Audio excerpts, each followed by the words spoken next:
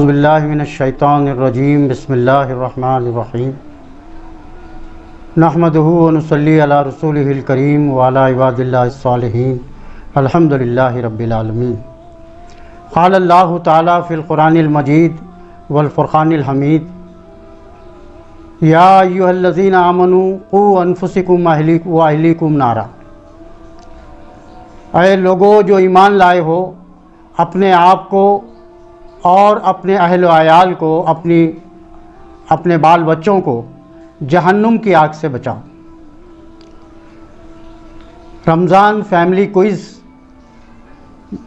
کے انجینئر فیضان دانش اور ان کی ٹیم کو مبارکباد دیتا ہوں میں، اور اس وقت میرے سامنے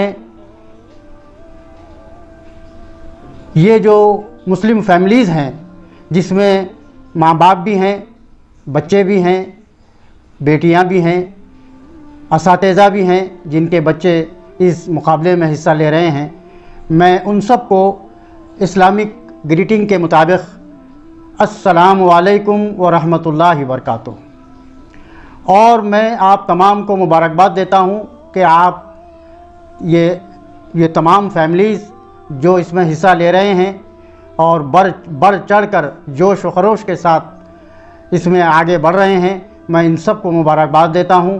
اور آج میرے گفتگو کا عنوان ہے کہ بچوں کی جو تربیت ہے اس میں نفسیات کو بڑا دخل ہے، بچوں کی جو نفسیات ہوتی ہے اس کو بڑا دخل ہے، اس کو ملحوظ رکھتے ہوئے آپ اپنے بچوں کی تربیت کریں۔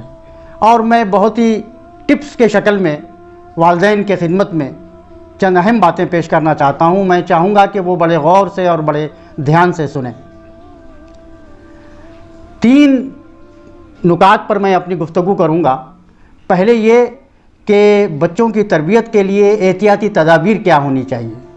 نمبر 2، بچوں کی نفسیات کیا ہوتی ہے اور اس کے حساب سے ہم تربیت کیسے کریں۔ اور تیسری چیز کہ ہم خود یعنی کہ ماں باپ اپنے آپ کو رول ماڈل کے لیے پیش کریں، خود کو پیش کریں۔ یہ 3 نکات ہیں، لیکن اس سے پہلے کچھ تمہیدی گفتگو میں آپ سے کرنا چاہتا ہوں۔ وہ یہ کہ اس صدی کا سب سے بڑا جو نقصان وہ ہے فیملی ڈسٹرکشن۔ گھر ٹوٹ رہے ہیں، گھر برباد ہو رہے ہیں، اور میاں بیوی کے جھگڑے، اس میں بچے جو ہے اس کو بھگت رہے ہیں، ٹینشن میں آ رہے ہیں، اور اس کے وجہ سے یہ گھر جو ٹوٹ رہے ہیں، گھر میں جو ہے بغاوت ہو رہی ہے۔ لبرلائزیشن اور لیو ان ریلیشن شپ کی جو وبا ہے وہ سونامی کی طرح پورے معاشرے میں پھیل چکی ہے۔ مغرب میں ویلیو بیس یا اخلاقی قدروں پر مہم شروع ہو چکی ہے، جبکہ ہم مغرب کی اندھی تقلید میں وہی کر رہے ہیں جو مغرب بھگت چکا ہے۔ میں یہاں آپ کے سامنے کچھ تمہیدی طور پہ جو باتیں رکھنا چاہتا ہوں کہ ہمارے پاس ہمارے ملک میں ایجوکیشن سسٹم تو ہے، لیکن کوالٹی ایجوکیشن نہیں ہے۔ اس کی اصل وجہ یہ ہے کہ ہمارا جو ایجوکیشن سسٹم ہے اس کی بنیاد مادیت ہے، اور جب مادیت ہوتی ہے تو اس میں طالب علم کو ڈھیر ساری ڈگریاں تو مل جاتی ہیں، لیکن وہ انسان بن نہیں پاتا، وہ ایک کمانے والی مشین بن کے رہ جاتا ہے۔ پھر اس کے پاس ماں باپ، بھائی بہن، دادا دادی، نانا نانی، تعلقات، یہ سب ایک فارمیلٹی بن کے رہ جاتے ہیں۔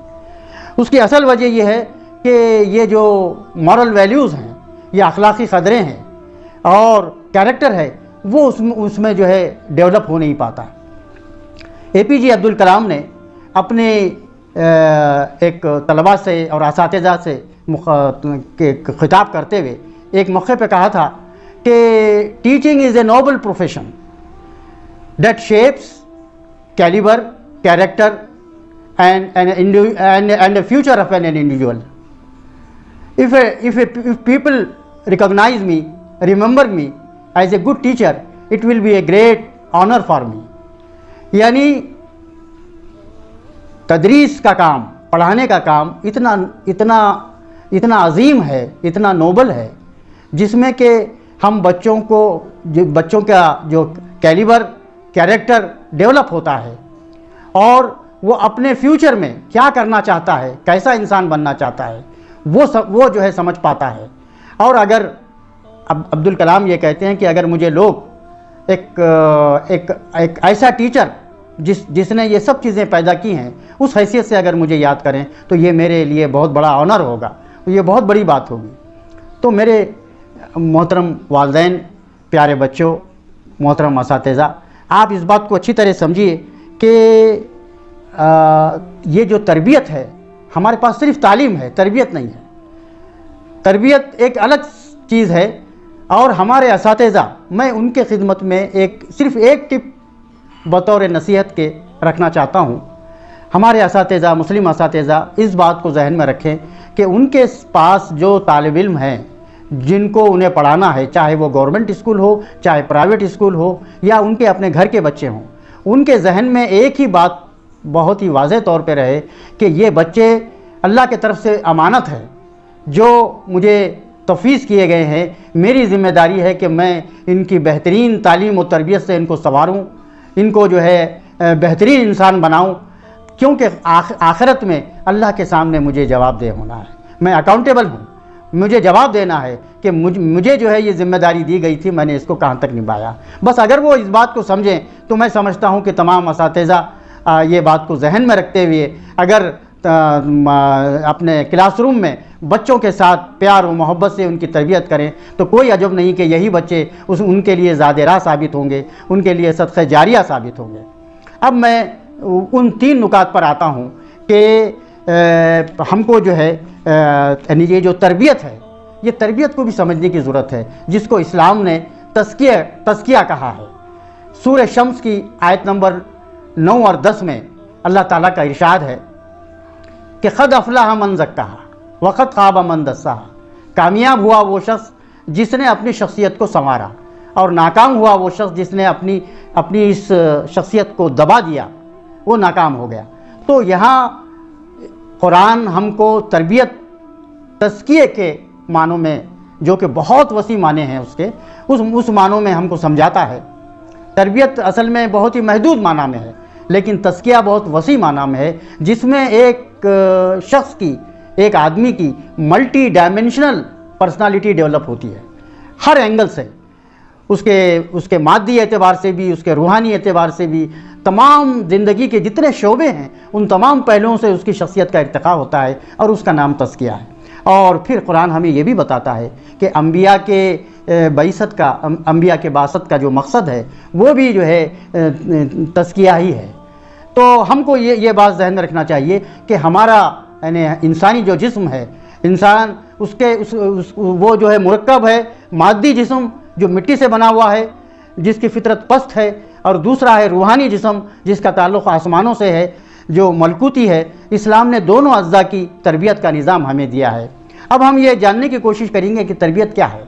تربیت مسلسل عمل کا نام ہے، تربیت مسلسل عمل کا نام ہے۔ یہ کوئی جادو کی چھڑی نہیں ہے کہ بس گھما دیا اور بچے کی تربیت ہو گئی، یا کوئی یہ میٹھا حلوہ نہیں ہے کہ بچے کو کھلا دیا اور اس کی تربیت ہو گئی، بلکہ یہ جو ہے ایک پتا مارو کام ہے جو ماں باپ کو انجام دینا ہے۔ تربیت صرف اچھا شہری یا کسی فن میں اسپیشلسٹ بن جانا نہیں ہے، بلکہ اچھا انسان بنانا ہے۔ انسان کا سب سے بڑا امتیاز اس کی انسانیت ہے۔ اس کا بہترین انداز میں پیدا کرنے کا تذکرہ قرآن میں سورہ 3 آیت نمبر 4 میں اللہ تعالیٰ نے بیان کیا ہے کہ لقد خلقنا الانسان فی احسن تقویم، کہ ہم نے انسان کو بہترین ساخت پہ پیدا کیا۔ اسلام فرد کا ملٹی ڈائمینشنل ارتقاء چاہتا ہے۔ ہمارے سامنے مثالی شخصیت ہمارے پیارے نبی صلی اللہ علیہ وسلم کی ہے۔ یہ ہماری پوری زندگی میں بہترین اسوہ ہے، چاہے وہ مادی جسم ہو یا روحانی جسم ہو۔ ان کی ارتقاء کے لیے ہمارے سامنے پیارے نبی صلی اللہ علیہ وسلم کی شخصیت ایک بہترین نمونہ ہے، اور آپ کی زندگی میں یہ جو ہے ہم کو ہر اینگل سے اپنے اس مثالی شخصیت پیارے نبی صلی اللہ علیہ وسلم کی طرف دیکھنا ہے۔ اب میں آپ کو وہ احتیاطی تدبیریں سامنے رکھنا چاہتا ہوں جو تربیت کے لیے آپ کے لیے بہت ضروری ہیں۔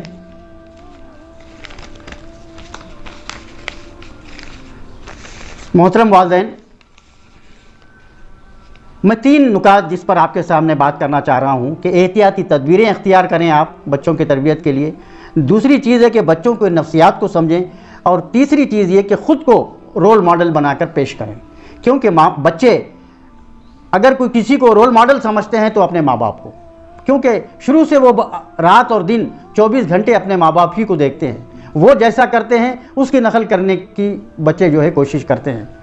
اب ان احتیاطی تدابیر میں جو ماں باپ کو جن چیزوں کا خیال رکھنا ہے کہ آپ دیکھیے کہ جب ایک اچھی کھیتی جب کوئی کرتا ہے تو زمین کو ہموار کرتا ہے، اس میں سے کچرا پٹی جھاڑ جھنکار کو نکال باہر پھینکتا ہے، اور بڑی محنت کر کے زمین اتنی اچھی تیار کرتا ہے کہ وہاں پر خوب اچھی فصل اگے۔ ٹھیک اسی طریقے سے ہم کو اپنے بچوں کی تربیت کرنے سے پہلے وہ زمین کو ہموار کرنا ہے جس پہ ہم اپنے بچوں کی تربیت کر سکیں۔ اس میں سب سے بڑی بات میرے محترم والدین، آپ اس بات کو ذہن میں رکھیں کہ رزق حلال یہ جو ہے سب سے اہم چیز ہے، جو لقمہ آپ اپنے بچوں کے پیٹ میں ڈالتے ہیں وہ جو ہے رزق حلال سے ہو، جس کی وجہ سے جو خون بنے وہ جو ہے حلال سے جو ہے رزق حلال سے خون بنے، تاکہ اس کے اندر قبولیت پیدا ہو۔ ورنہ رزق حرام جب اس کے جسم میں جائے گا تو پھر اس کے اندر شیطان کو اپنا گھر بنانے میں، شیطان کو اپنا تسلط قائم کرنے میں بڑی مدد ملے گی اور وہ اس میں کامیاب ہو جائے گا۔ دوسری چیز یہ کہ سودی لین دین سے پرہیز کریں۔ جو لوگ گورنمنٹ جاب میں ہیں یا کسی ایسے جگہ پر ہیں جہاں پر رشوت لینا بہت آسان ہے، چاہے آپ مر جائیں چاہے کچھ ہو جائے لیکن رشوت کو جو ہے ہاتھ مت لگائیے، اوپر کی آمدنی سے پرہیز کیجیے۔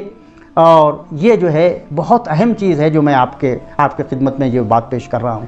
تیسری چیز یہ کہ اپنے بچے کو ڈانٹ ڈپٹ اور مار پیٹ یہ بالکل اپنے جو ہے کریکولم سے نکال دیجیے کہ آپ کو بچوں کو ڈانٹنا ہے یا اس کو جو ہے مارنا ہے یا اس کو سزا دینا ہے۔ اس کے بجائے آپ محبت پہ یقین رکھیے۔ 3 آپ کے ہتھیار ہونا چاہیے۔ ایک آپ کو یقین ہونا چاہیے، اللہ پہ بھروسہ ہونا چاہیے، توکل ہونا چاہیے، یقین ہونا چاہیے کہ میرا کام کوشش کرنا ہے اور اللہ کا کام اس کو ثمر باور کرنا ہے، اس کو جو ہے میری کوششوں کو کامیاب کرنا ہے۔ دوسری چیز آپ پاہم کوشش کرنا ہے، آپ مسلسل کوشش کرنا ہے، یقین ہو، اللہ پہ یقین ہو اور پاہم آپ کوشش کریں۔ اور سب سے اہم چیز ہے کہ محبت کو اپنے بڑے ہتھیار کے طور پہ استعمال کریں۔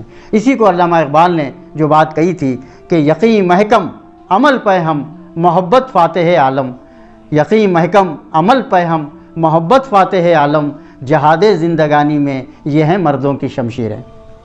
اب اس کے بعد آپ ایمانیات سے اپنی تربیت کا آغاز کریں، ایمانیات سے اپنی تربیت کا آغاز کریں، کلمہ طیبہ سے شروع کریں، آخرت کا تصور بچوں کے ذہن میں پیدا کریں اور احادیث کے ذریعے سے آداب زندگی سکھائیں۔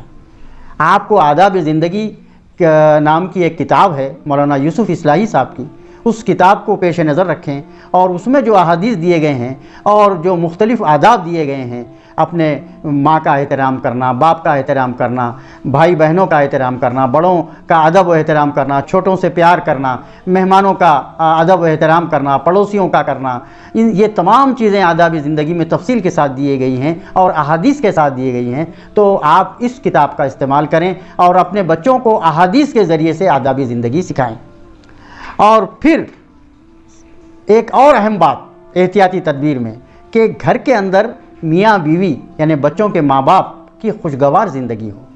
اگر ان کے اندر لڑائی جھگڑے ہوتے رہیں، ٹینشن رہے ماں باپ کے درمیان، ایک دوسرے سے وہ الجھتے رہیں، تو یہ جو ہے معصوم بچوں کے زندگی پر بہت منفی اثر ہوتا ہے، اس کا بہت منفی اثر ہوتا ہے۔ وہ تناؤ میں رہتے ہیں، وہ ٹینشن میں رہتے ہیں اور اس کے نتیجے میں وہ احساس کمتری کا شکار ہو جاتے ہیں، اور احساس کمتری ان کو قنوطیت کی طرف لے جاتی ہے، پیسیونیس کی طرف لے جاتی ہے، اور پھر ان کی صلاحیتیں جو ہے گھن ان کو لگ جاتا ہے، وہ پوری طریقے سے نارملی ڈیولپ ہو نہیں پاتے۔ تو ماں باپ کو چاہیے کہ بچوں کے سامنے لڑائی جھگڑے سے پرہیز کریں۔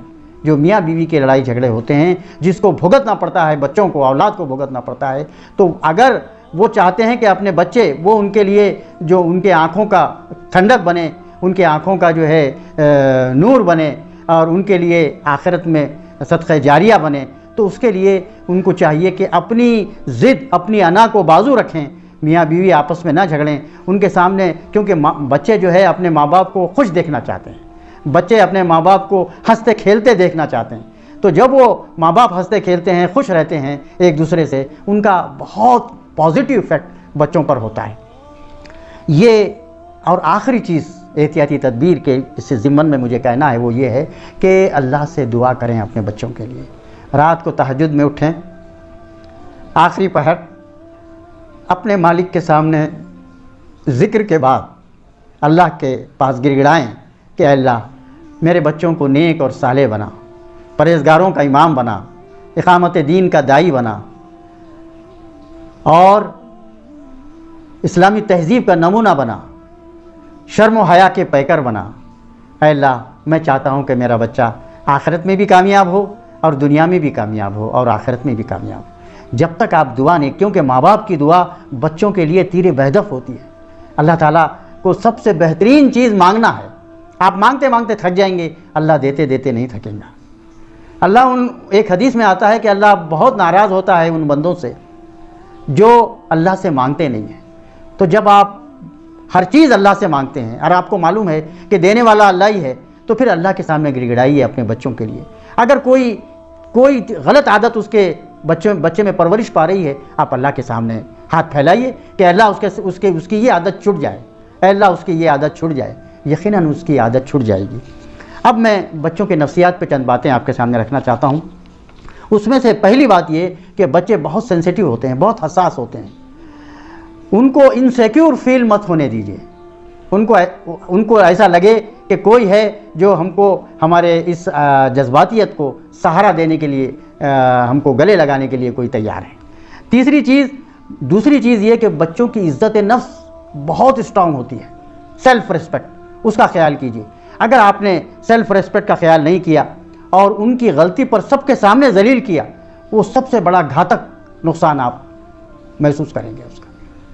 جب بچہ کوئی غلطی کرے تو عام طور پہ ماں باپ، یہ عام طور پہ گھروں میں دیکھا جاتا ہے کہ بچوں کو ایک دوسرے سے آر دلاتے ہیں کہ دیکھ ذرا چھوٹے بھائی کتنا آگے بڑھ گیا ہے، اور تو دیکھ، اور تیری عقل دیکھ، تیری کتابیں دیکھ، تیرا جو ہے ریکارڈ دیکھ۔ یہ اس طرح کا آر سب کے سامنے، چھوٹوں کے سامنے، بڑوں کے سامنے کبھی نہ کریں آپ۔ اس سے جو ہے ان کی عزت نفس مجروح ہوتی ہے، عزت نفس کو ٹھیس پہنچتی ہے، اور وہ اس معاملے میں بڑے حساس ہوتے ہیں۔ تو ان کو الگ سے لے جا کے کونے میں، اکیلے میں لے جا کے پیار سے سمجھائیں، اور یقین مانیے اس کا بہت اچھا اثر ہوگا۔ غلطی پر سب کے سامنے ذلیل نہ کریں، لیکن اگر بچہ اچھا کام کرے تو سب کے سامنے تعریف کریں، ماں کے سامنے، باپ کے سامنے، چھوٹے بھائیوں کے سامنے، بڑے بھائیوں کے سامنے، بہنوں کے سامنے، اور دوست احباب کے سامنے بار بار تذکرہ کریں کہ میرے بچے نے یہ اور یہ کارنامہ انجام دیا، اور پھر اس پر انعام دیں، اس کا اعتراف کریں۔ پھر یہ کہ اچھے کاموں کی سب کے سامنے تعریف کریں۔